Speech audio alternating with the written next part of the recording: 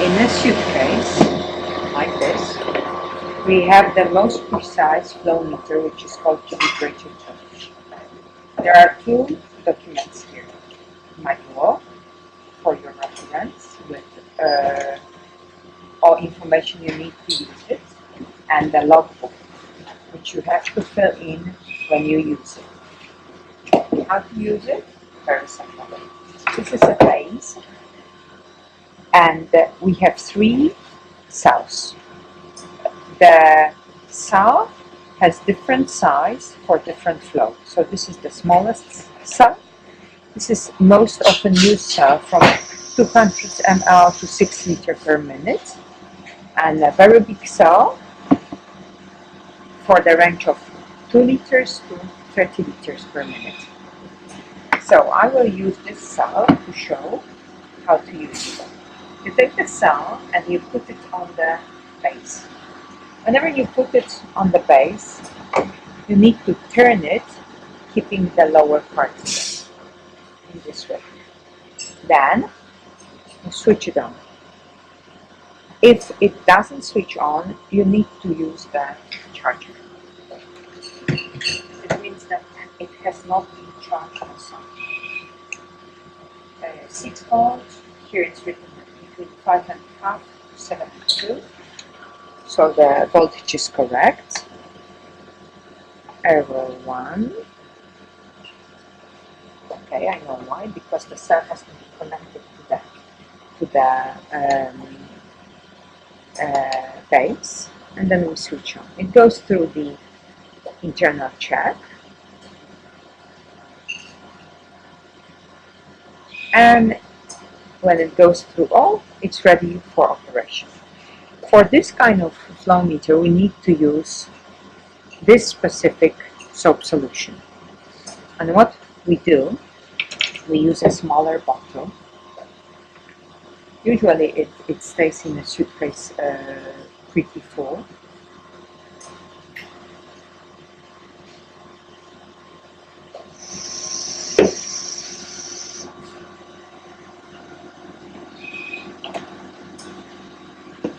And we have here the inlet and outlet.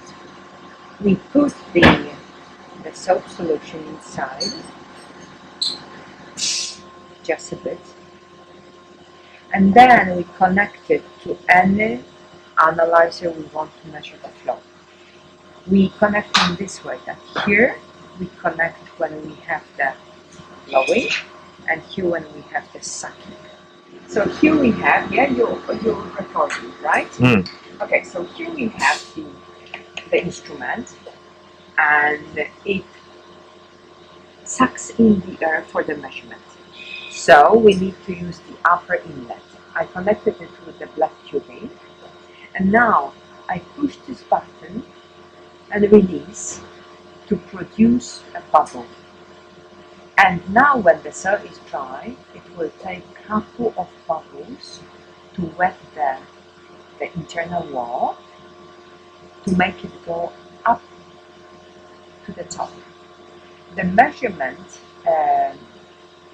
principle is measuring the time, how fast the bubble travels from the bottom to the top.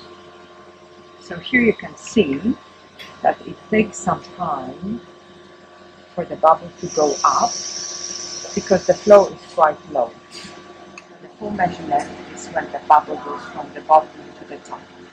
And then you read the measurement. You can repeat as many times as you want, but let's say 5 measurements averaged will be okay.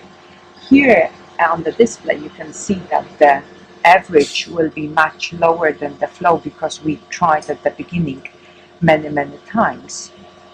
So at this moment our flow is around 4 liters per minute, while the average is different because we tried at the beginning and it was not successful. So what you can do now, you can reset, push again,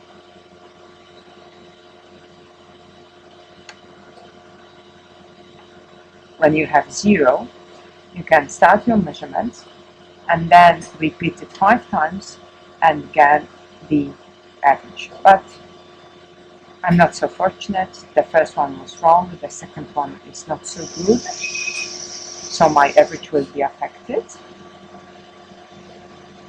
So you can start again by deleting again and then making the very proper measurement of 5 repetitions and then taking the average.